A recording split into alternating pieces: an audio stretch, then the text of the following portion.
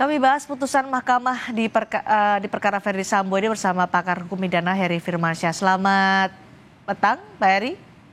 Selamat petang Mbak Cindy, salam sehat. Salam sehat, Pak Heri. Kalau kita melihat putusan dari Mahkamah Agung ini, semua lebih ringan dari putusan pengadilan sebelumnya, dari pengadilan negeri, kemudian dari pengadilan tinggi. Bahkan ada perbaikan soal delik pidananya. Apa analisa Anda soal ini?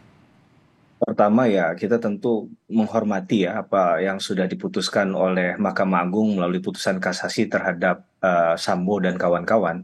Tapi tetap harus ada catatan kaki terhadap putusan ini ya, bahwa ada dissenting opinion di sana, berarti ada perbedaan pendapat dalam memutus tadi, tidak bulat dia secara musyawarah mufakat dalam pengambilan putusan hakimnya.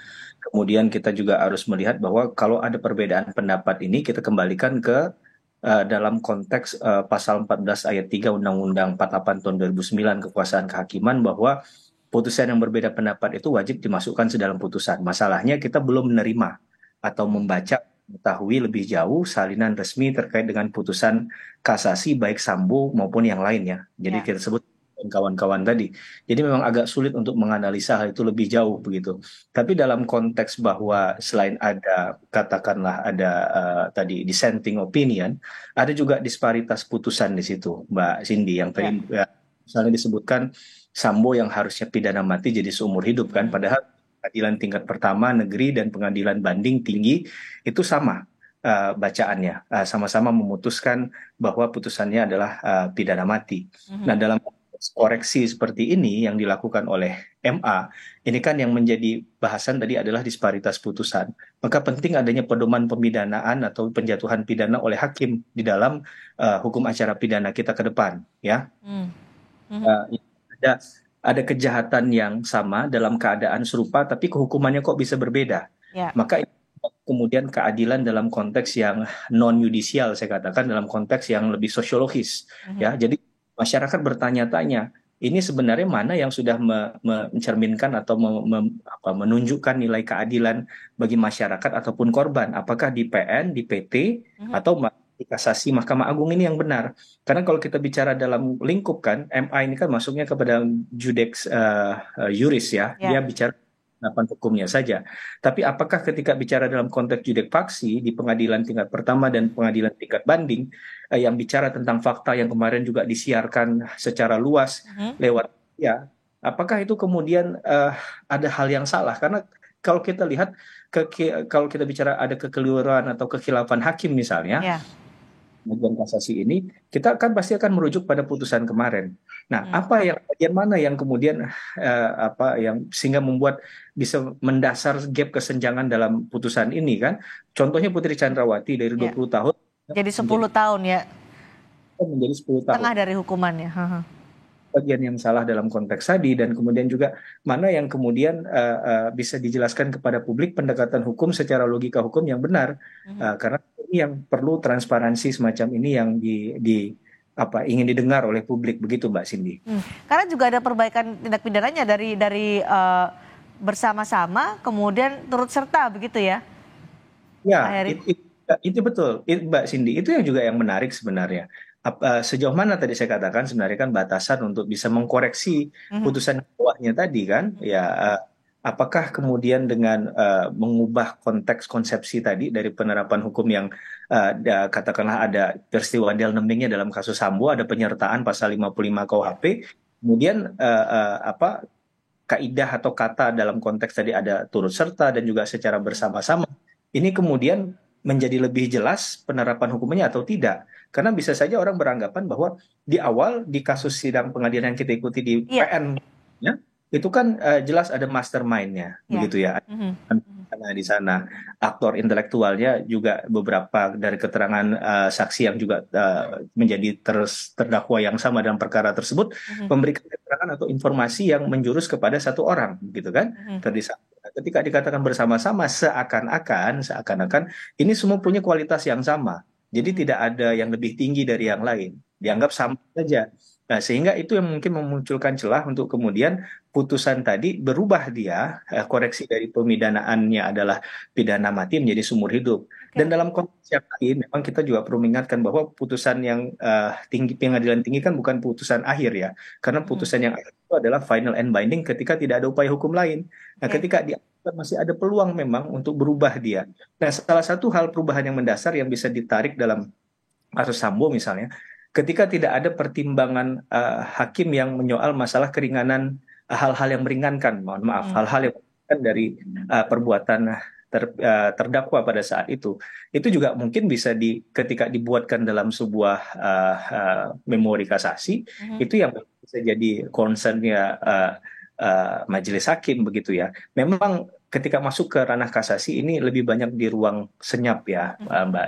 Kan tadi juga Ya. kita dengar dari keluarga, anggota keluarga, Mhm. bahkan dari kuasa hukum kan tidak mengetahui ya. Saya Tahu nggak ya. tahu mekanismenya seperti apa, tapi memang seharusnya ini adalah kepentingan hukum bagi mereka. Kalau masyarakat luas masih terlalu jauh kita menarik kepentingan hukumnya, tapi mereka berperkara yang mengikuti proses ini dari awal seharusnya kan dipertimbangkan untuk kemudian katakanlah menjadi bagian yang tidak terpisahkan dalam Ya, proses. itu dia.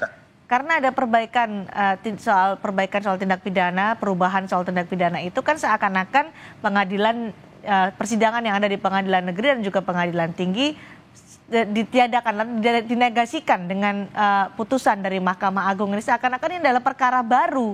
Apakah memang seperti itu? Saya memandang dari sisi awam, apakah bisa seperti itu, Pak Heri dari sudut pandang hukum? Ya, kalau kita bicara sistem peradilan pidana, berarti kan ini hal yang kait mengkait, Mbak Cindy. Nggak ada Ya. yang berdiri sendiri di situ.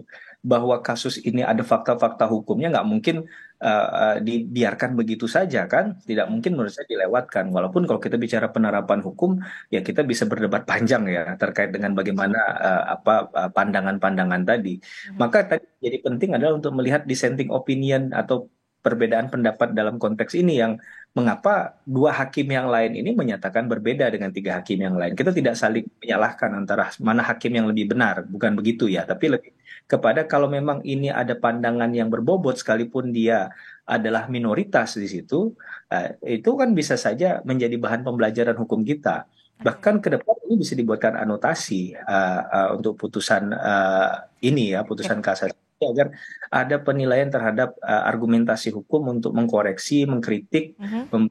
catatan kaki sekali lagi terhadap putusan kasasi yang kita dengarkan sekarang ini. Biasanya Karena ada pertimbangan apa sih, Pak Heri, pertimbangan hukum apa ketika ada di tingkat kasasi atau Mahkamah Agung sampai ada koreksi? ya, ini yang mungkin bicara tentang adanya penerapan hukum yang dianggap keliru atau salah atau tidak tepat ya, atau kurang tepat tadi. Atau mungkin juga ada kekilafan hakim dalam konteks ada fakta yang tidak dipertimbangkan, bagian yang tidak Baik. dipertimbangkan, pada itu dipertimbangkan itu bisa saja merubah putusan sebelumnya yang seharusnya tadi mati jadi seumur hidup. Nah, ini yang perlu tadi ketika kita membaca narasi putusan itu secara utuh, Mbak Ya. Cindy. Mhm. Terutama bagi pertimbangan hukum hakim sehingga kita bisa tahu asbabun nuzulnya, asal Mhm. mulanya mengapa kemudian akhirnya putusan ini muncul begitu kan. Ya, Jadi ya. kita bisa nilai secara fair juga ya tapi dalam konteks yang lain ya, putusan hakim kan tetaplah harus melandaskan pada kemanfaatan, kepastian hukum dan Ya. juga keadilan. Yang dimaksud tentu adalah keadilan bukan hanya bagi pelaku karena biasa KUHP kita bicara tentang hak-hak pelaku tapi Pelaku. juga hak Ya. korban. Baik. Begitu. Pak Heri, yang menarik tadi adalah pernyataan dari Menko Polhukam Mahfud MD yang mengkhawatirkan ada upaya lain yang untuk meringankan Sambo, disebut tadi oleh Menko Polhukam. Jangan ada kong kali kong lagi untuk bisa meringankan hukuman Verdi Sambo. Apa yang bisa Anda analisa atau bahas soal pernyataan ini? Ada kekhawatiran dari Menko Polhukam? Saya jadi ngefans dengan apa yang disampaikan setelah mendengar pernyataan Pak Mahfud ini ya. Pak Ah, Mahfud mencoba untuk mengembalikan pada keadaan netral begitu ya. Mungkin ada hal yang beliau nilai mungkin kurang tepat dari segi beliau sebagai katakanlah praktisi hukum dan ahli hukum juga ya. ya. Ada keraguan ini karena ketika kita bicara kepentingan korban ini kan diwakili oleh jaksa, Mbak Cindy. Mhm. Sedangkan jaksa sudah kehilangan haknya untuk melakukan penuntutan atau katakanlah upaya hukumnya sudah selesai ya. Karena sudah selesai di tingkat kasasi. Kalaupun ada kasasi demi kepentingan hukum, Mhm. pasal 9 KUHP kalau saya tidak salah. Sedangkan di pasal 263 bicara tentang peninjauan kembali sebagai upaya hukum luar biasa, maka jaksa tidak punya peluang untuk melakukan itu karena subjek hukum atau legal standing itu hanya diberikan kepada terpidana atau ahli warisnya saja. Hmm. Dengan kata lain, peluang jaksa untuk fight ya dalam tanda petik bertarung demi keadilan bagi korban sudah selesai dan itu juga sudah disampaikan oleh Pak Kapus Penkum Kejaksaan Agung ya kalau saya tidak salah tadi mendengar. Jadi ini very clear sudah selesai. Maka ada kekhawatiran di sana ya namanya khawatir ya boleh saja ya bukan berarti zone begitu ya tapi menjaga agar jangan sampai terjadi hal-hal yang tidak diinginkan. Karena bagaimanapun ini bukan masalah Sambo saja, ini bukan Ya, masalah tentang supremasi hukum ya. Ah, tapi juga bagi kepentingan banyak orang di baik. negara ini. Pak Ferry, apa masih ada upaya hukum lain yang bisa meringankan Sambo? Ya, kalau kita tadi kembali ke pembicaraan dialog kita sebelumnya, ada upaya PK yang mungkin Ya, diajukan. Ya. Ya, itu adalah upaya hukum yang mungkin terakhir ya, karena upaya hukum luar biasa paling tinggi adalah peninjauan yang kembali. kembali. Dan saya tidak salah, tidak ada jangka waktunya untuk ditentukan kapan berakhir. Jadi bisa saja terus dilakukan. Nah, ini yang kemudian perlu kita perhatikan bahwa menjalani suatu proses hukum pidana itu kan memang biaya, waktu, tenaga, pikiran memang harus konsentrasinya di sana, Mbak Cindy. Jadi Ya. ketika ada komitmen tanpa konsistensi pun, saya rasa ini juga bisa menjauhkan dari nilai keadilan karena ketika ini tidak diproses, tidak dikawal, proses yang berjalan tidak dikawal, maka kemungkinan yang dikhawatirkan oleh Prof. Mahfud tadi itu terjadi. Ya, mudah-mudahan itu tidak pernah terjadi ya dalam kasus apapun, bukan hanya kasus Sambo. Gitu. Oke, persidangan kan di awal sudah terbuka, ini juga diawasi dan tadi seperti dinyatakan oleh Menko Polhukam, jangan lagi ada kong kali kong meringankan hukuman Sambo lagi. Terima kasih Pak Heri Firmansyah sudah bergabung di Sapa Indonesia malam hari ini.